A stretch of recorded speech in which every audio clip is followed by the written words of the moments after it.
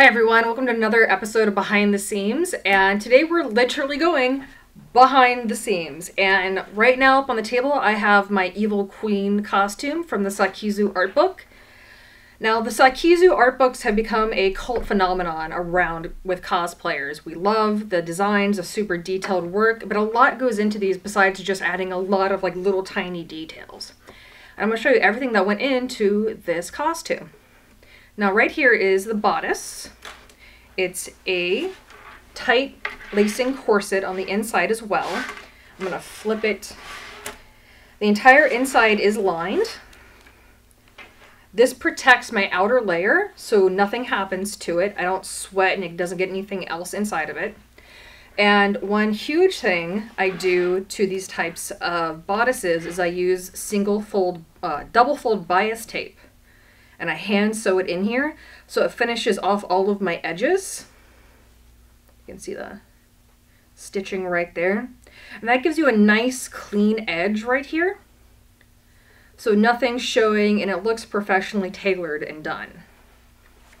Now, on the outside, you can see all of the different pieces of the pattern. It actually took me about a week to draft the pattern.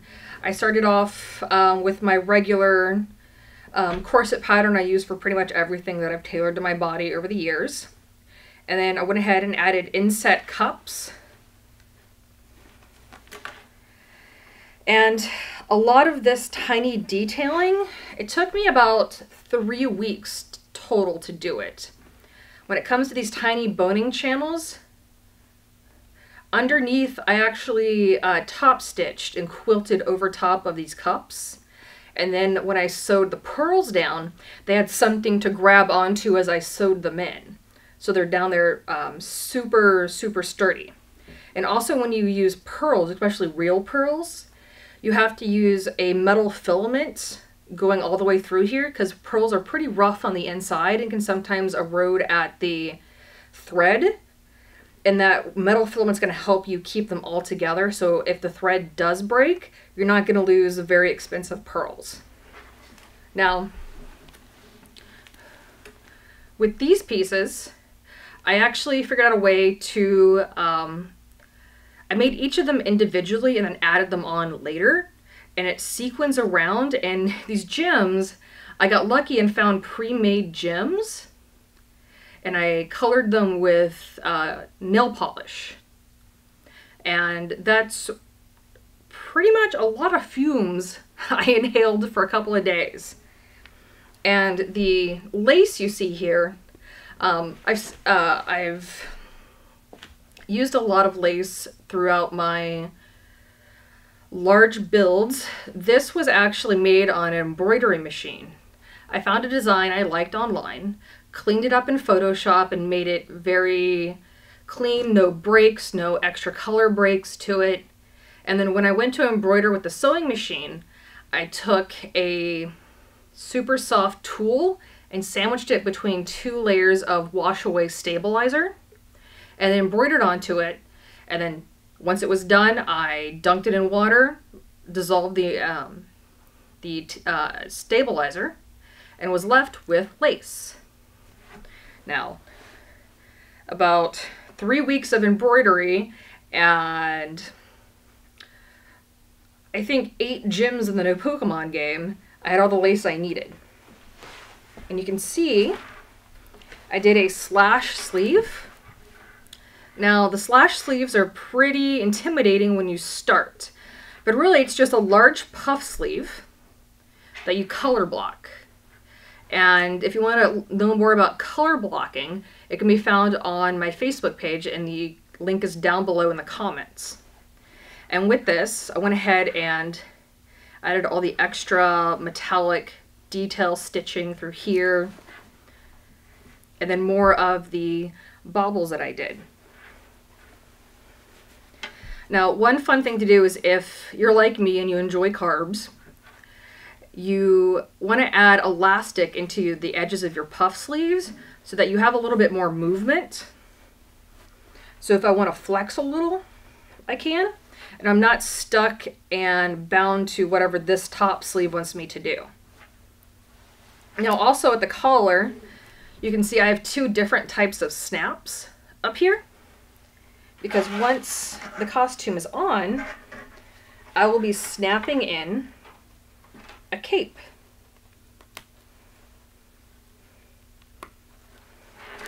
And I use snaps to attach it rather than sewing it on, because I'm eventually going to want to take this to the dry cleaner and clean it. And this silk organza cannot go to the dry cleaner. So I can easily take it off, and I can clean this at home by hand, and then take this whole thing to the dry cleaner.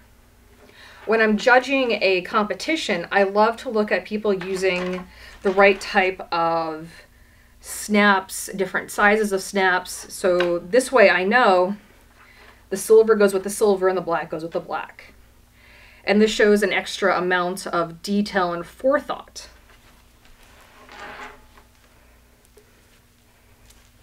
Now with this cape that I did, it's a pretty standard, I cut a triangle, I gathered it, added it to the cape.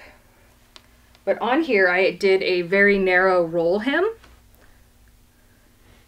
And what that does is it helps keep everything from fraying and nice and neat, so that when you take photos, it lays nicely and you're not going to see unwanted strings or fraying.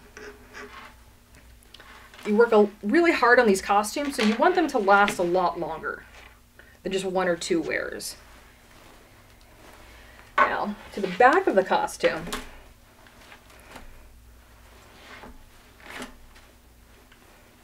you can see I've done the grommets on here. Ignore this, I'm actually currently redoing the lining. And it's going to be a lace-up. And lace-ups are a pretty good cheat code. So the first time I made my Snow Queen costume, I did a zipper in the back. And that failed miserably because I popped a tooth in the zipper and couldn't wear it. So I learned to put grommets and lace up the back of these, so in case it's middle of winter and I've gained some pounds, doesn't matter. If it's middle of the summer and I've lost some pounds, doesn't matter. It's still going to fit. Move that over. Now, this is the skirt. And on here we have all of the quilting ever. I hand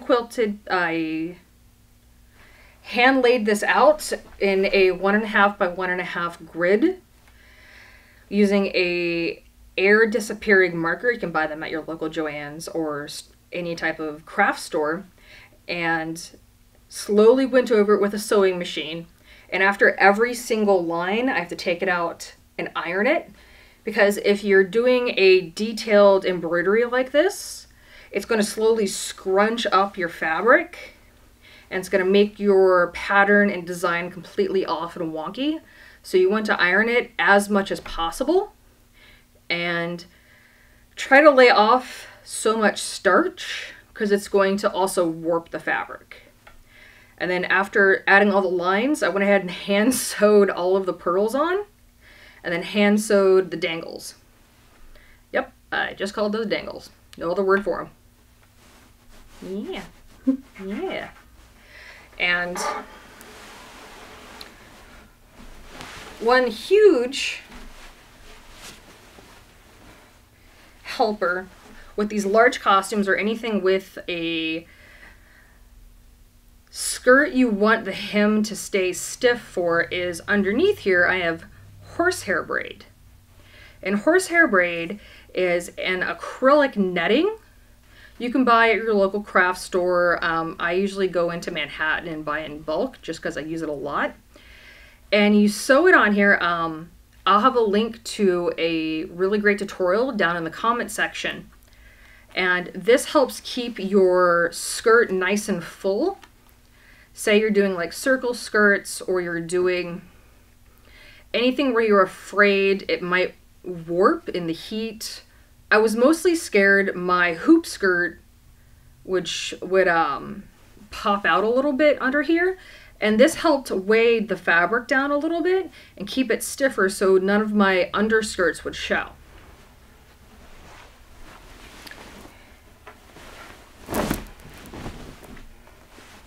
And then I had a neck corset. That's always fun when you're claustrophobic like me. And once again, it's all the hand-sewn details through here. And I had the lace. I actually found this antique lace at a local store I fell in love with and just went ahead and used. And it's all held together in the back by a hook and eye. I usually have somebody help me. Okay, and there we go. There's the neck collar. Alright guys, if you want to see the behind the scenes, literally, of any other costumes, let us know down below. Don't forget to like and comment. And if there's anything, any techniques or tutorials you want us to do, go ahead and let us know. Alright guys, I'll see you next time.